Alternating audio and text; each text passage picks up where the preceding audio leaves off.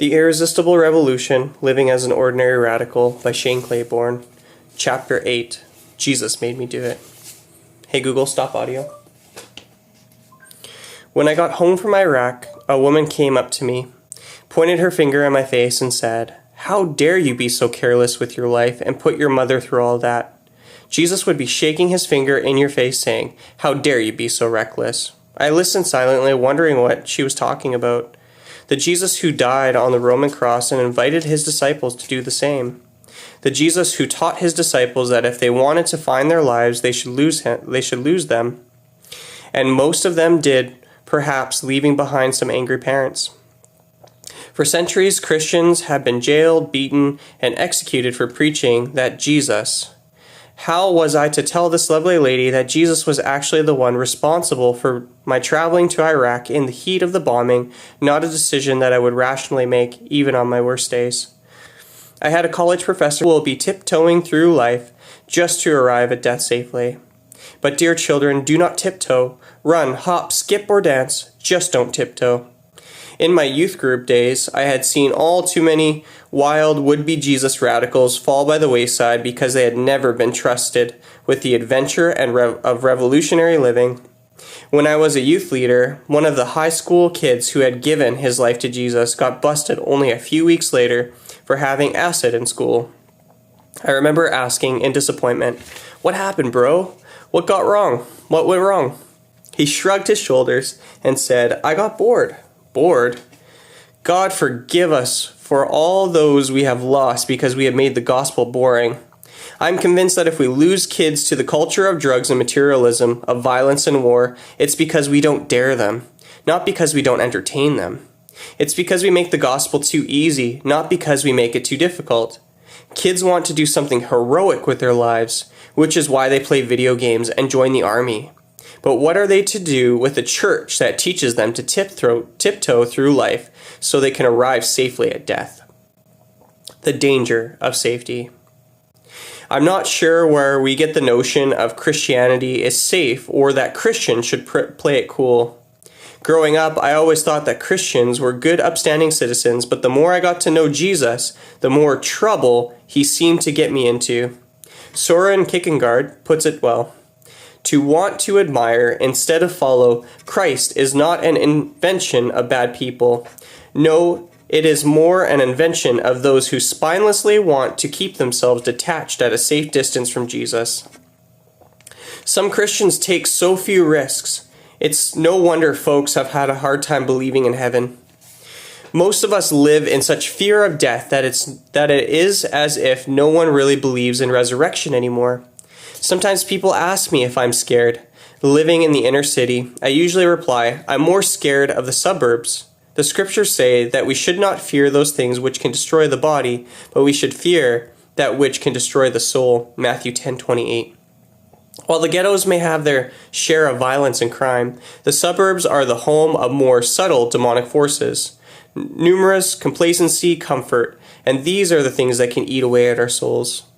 My dear mother, bless her heart, has some things to say about safety. Again, I'm her only child, so there's a lot at stake for her. As she has watched me go to jail and travel to Iraq with God's hand evidently in it all, my mom has learned a lot about faith, safety, and risk. It has not been easy, but recently she told me, I have come to see that we, Christians, are not called to safety, but we are promised that God will be with us when we are in danger. And there is no better place to be in the hands of God. Perhaps the most dangerous place for Christians to be in is the safety and comfort. In his book, The Lion, the Witch, and the Wardrobe, C.S. Lewis portrays this dangerous encounter with God that should make us all shiver. Lucy is about to meet Aslan, the lion, and she asks, Is he a man? Aslan, a man? Said the beaver sternly. Certainly not. I tell you he is the king of the wood, and the son of the great emperor beyond the sea. Don't you know who the king of the beasts? Who is the king of the beasts? Aslan is a lion. The great lion. Ooh, said Susan. I thought he was a man. Is he quite safe? I shall feel rather nervous about meeting a lion. That you will, dearie, and no mistake, said Mr. Beaver. If there's anyone who can appear before Aslan without their knees knocking, they're either braver than most or else just silly." "Then he isn't safe," said Lucy. "Safe?" said Mr. Beaver. "Don't you hear what Mrs. Beaver tells you? Who said anything about safe? Course he isn't safe, but he's good. He's the king, I tell you." "That's the God I have come to know, a God who is not at all safe, but a God who is good. A dangerous lover." These days, not many people stand before God with their knees knocking. The scriptures say that demons believe in Jesus and they shudder. James 2:19. But even most Christians don't shudder anymore. When they think of Jesus, it has all grown so ordinary and stale. For most of my life, there wasn't much to shudder over except hell. And now the tables have turned. It's God who makes the demons of hell shudder. I'm not scared of hell. Hell's a hard thing to grasp. But I know how much I want folks to experience God's love and grace. And I know how much more good God is than me, so that helps me rest pretty confidently. Besides, Jesus assures Peter that the gates of hell will not prevail against the church. So it's not hell that makes me shudder, but God. Because I have no idea what in the world God's going to dare me to do next. On the one hand, the shuddering is like that of a new lover, giddy, obsessed, infatuated. Any portrait of or story about a new lover that we get our hands on, we cling to. Whenever someone mentions his or her name, our eyes twinkle and our hearts jump. That kind of shudder. Jesus, the one I long for, to fall asleep, cuddling with, run off into the woods with, live and die with, my lover. On the other hand, it is to shudder of awestruck wonder. I have no idea what's going to happen next. Just throw my hands in the air and hold on, like riding a good roller coaster. Have you ever seen The Lion King? It's like the part where the hyenas are talking about Mufasa, and one of them says his name, and they all shake and say, "Ooh, say it again, Mufasa, ooh," that kind of shudder. Jesus, ooh, say it again. Just the thought brings butterflies to my stomach. That's the Jesus I love, and that's the Jesus who scares me to death. There are plenty of other options for living that will not get you jailed, mocked, or nailed to a cross. And there are much easier ways of being cool than be trying to follow Jesus. I'm just not so sure the cool thing is all cracked up to be. Remembering cool. I guess everybody's just trying to be cool. I remember the cool days. I used to be cool, chilling with the in crowd and of respectable United Methodists, sporting my bow tie and khaki shorts. Oh yes, I did. And toting my Confederate flag. Okay, that was cool only in East Tennessee in the 1980s. But everything cool came to an abrupt end. My coolness ruined by a God who has everything backward. I heard that disturbing whisper of Jesus telling me that even the pagans hang out with their cool friends, that instead we are to be extraordinary and hang out with the not so cool, the people sitting in the lunchroom alone, folks who talk to themselves and have distinct aromas. In fact, Revelation warns that we must be either hot or cold, because if we are lukewarm, an old school way of saying cool, we'll be spit out of God's mouth, Revelations 3:16. The end of cool, left in the smoke of people set on by the fire of God. I started to think that maybe I should be aware of the things that are cool and normal, because Jesus didn't seem to be either of those. A few years back, when I had multicolored dreadlocks, I got to speak to several hundred young people after being introduced as the coolest Christian ever. Startled and a bit distressed by the intro, I asked for a pair of scissors. I stood on the stage, took my cherished dreads in my hand and said, "Dear ones, I'm afraid I've become too cool. Christians are not called to be cool. We are called to be extraordinary." And then I cut them all off. And of course, the kids thought that was cool. As French theologian Jacques Ellul once said, Christians should be troublemakers, creators of uncertainty, agents of a dimension incapable with society. After all, we follow the one who certainly had a lot of adjectives attached to his reputation, but cool is not among them. For one thing, it's not aromatic, not to mention old John the Baptist wearing his camel skin and eating locusts, worse than any thrift store suit or Fear Factor dare. You don't get crucified for being cool. You get crucified for living radically different from the norms of all that is cool in the world. And it's usually the cool people who get the most ticked off, since you are disturbing their order. For it indeed is the cool religion leaders and the cool politicians who killed the lover from Nazareth. Some things never change. City of Brotherly Shove. Jesus teaches that it is nothing extraordinary to love our friends and relatives, people who think and look like us. He says that even the pagans and sinners love their friends, Matthew 5:46-47. But we are to be extraordinary. We are to love people who don't think and look like us, even our enemies. One of my favorite passages is Luke 14, where Jesus tells us how to throw a party. Only he doesn't actually call it a party. He's talking about a bunch of religious folks, so he calls it a banquet, but he's talking about a party.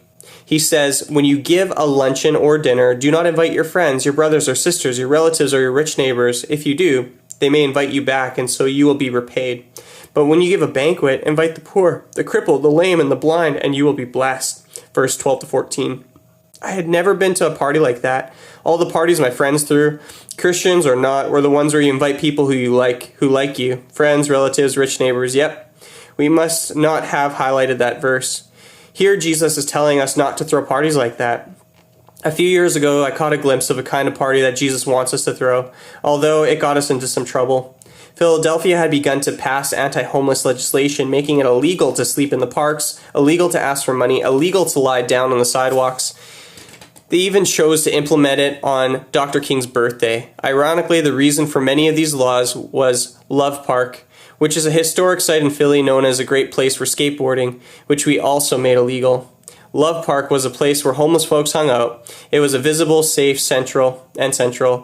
Folks knew they could go there to give out food or clothing to people on the street. We used to go there back when we were in college, and there are some nice streams, vents that kept people, and some big rats warm. One of the city's boldest moves was passing an ordinance that banned all food from the park. Specifically, it reads, all persons must cease and desist from distributing food.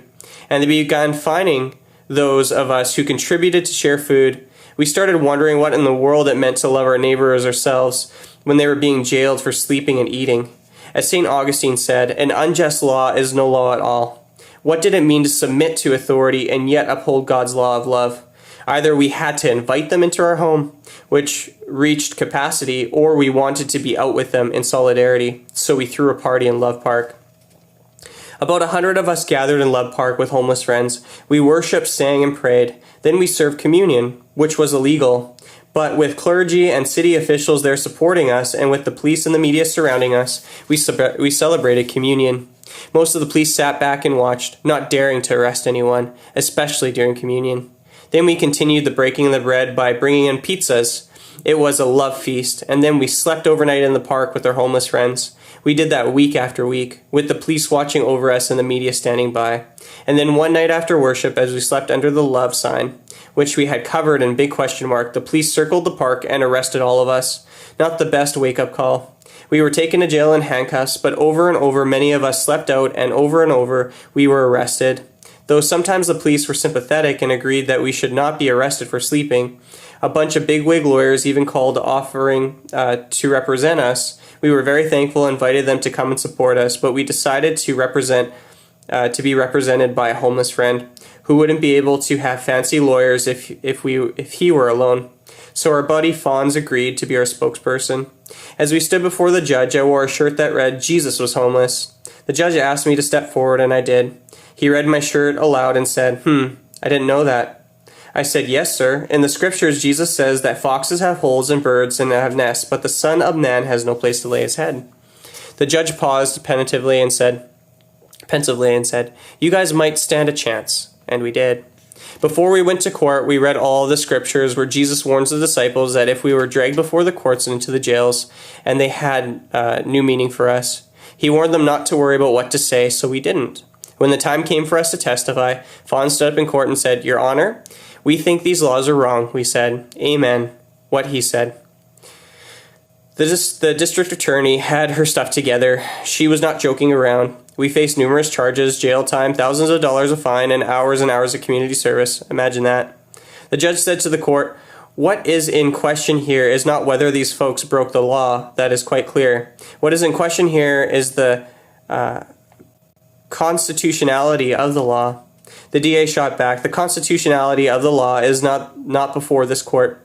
And the DA threw her papers on the table. The judge retorted, "The constitutionality of the law is before every court. Let me remind the court that if we weren't for people who broke unjust laws, we wouldn't have the freedom we have. We'd still have slavery. That's the story of this country, from the Boston Tea Party, the Civil Rights Movement. These people are not criminals, they are freedom fighters. I find them all not guilty on every charge."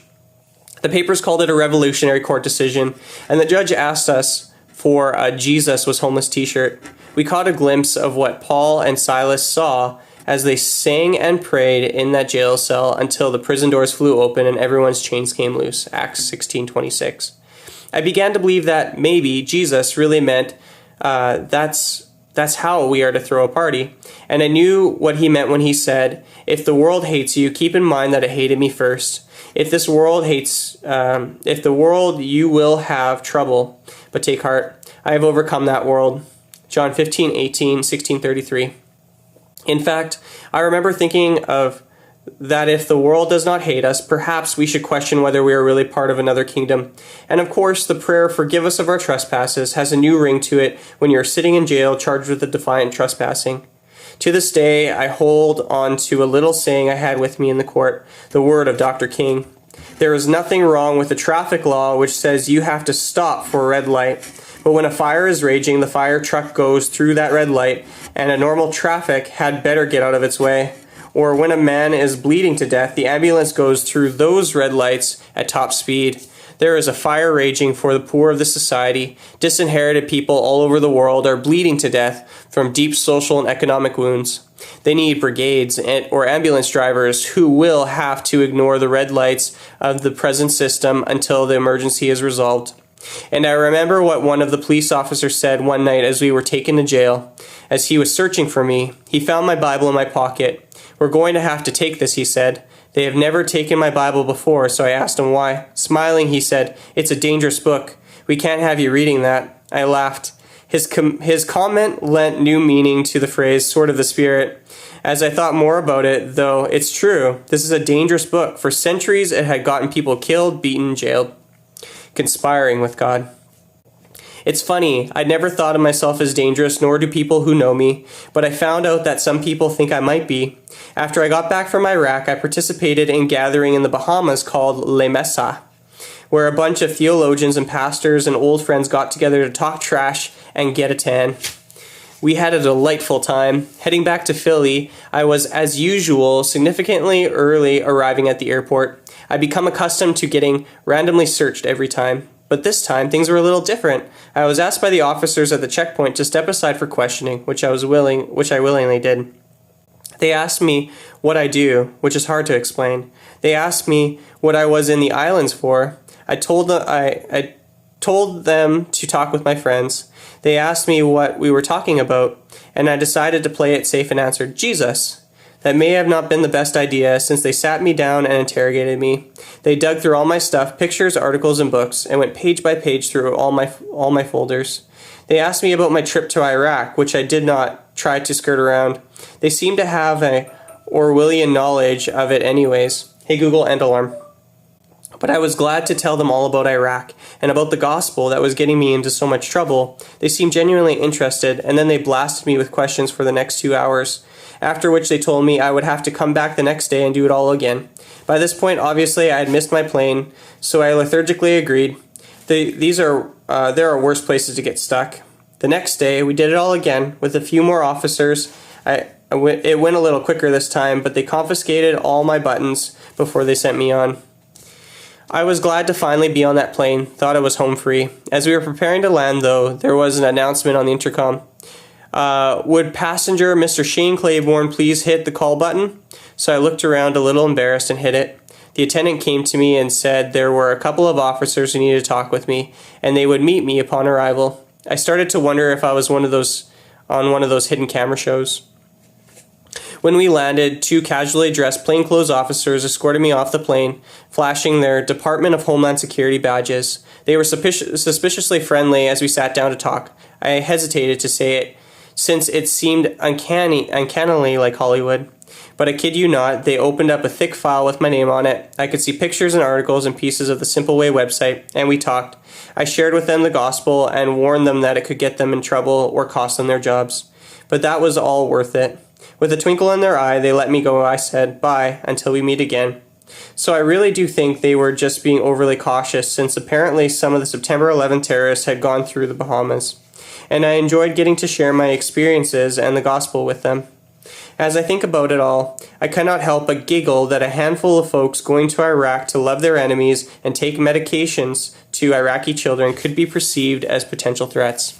But I've started to read some more parts of the scripture a little differently now. When the Bible speaks of principalities and powers, I used to think about demons and exorcisms. But when you look a little closer, it reads, "For our struggle is not against flesh and blood, but against rulers, against authorities, against the powers of this dark world, and against spiritual forces of evil." Ephesians 6:12. I know a few good police officers and now a couple of DHS officers well enough to see that they are not the enemy. But there is something going on in the world, and very real powers stand in the way of God's Spirit. I am developing the eyes with which to see them. John Dominic Croissant is one of the leading contemporary scholars of the historical Jesus in the early Christianity. And a controversial figure. Whether it's with Jesus seminar or the religious right, Croissant catalyzes debate as people seek to understand Jesus. I willingly shrewd and avoid the delicate theological issues that stir up, but one of the books begins with a fascinating story. A fantastic dream Croissant recounts in which Jesus comes to him and says, "I've read your book and it's quite good. So now you are ready to join me and my vision." Croissant pauses and replies, "I don't think I have the courage, Jesus, but I did describe it well, didn't I?" Jesus thanks him for his contribution to the biblical scholarship and in a whisper dares him, "That's not enough. Come and follow." After writing hundreds of pages about this Jesus, Croissant stands bewildered, knowing all too well that it will cost him everything he has and believes in, maybe even his very life. A few years back, a friend and I had dinner with Dominic Croissant. As we share with him our feeble attempts to follow after the peasant revolutionary he wrote about, his eyes gleamed with excitement. You could almost smell the fresh aroma of the gospel as it rose above the suffocating pages of academia. He told me he had met plenty of evangelical Christians, but not too many that still believed in the old rabbi really meant the stuff he said. So if the world hates us, we take courage that it hated Jesus first. If you're wondering whether you'll be safe, just look at what they did to Jesus and those who followed him. There are safer ways to live than being a Christian, and there are cooler ways to live than trying to follow the gospel. But look on the bright side. If you end up in jail, historically, you will be in very good company. Jail has been an important place for Christians. In eras of injustice, it becomes the Christian's home. So live real good and get beat up real bad. Dance until they kill you, and then we'll dance some more. That's how this thing seems to work.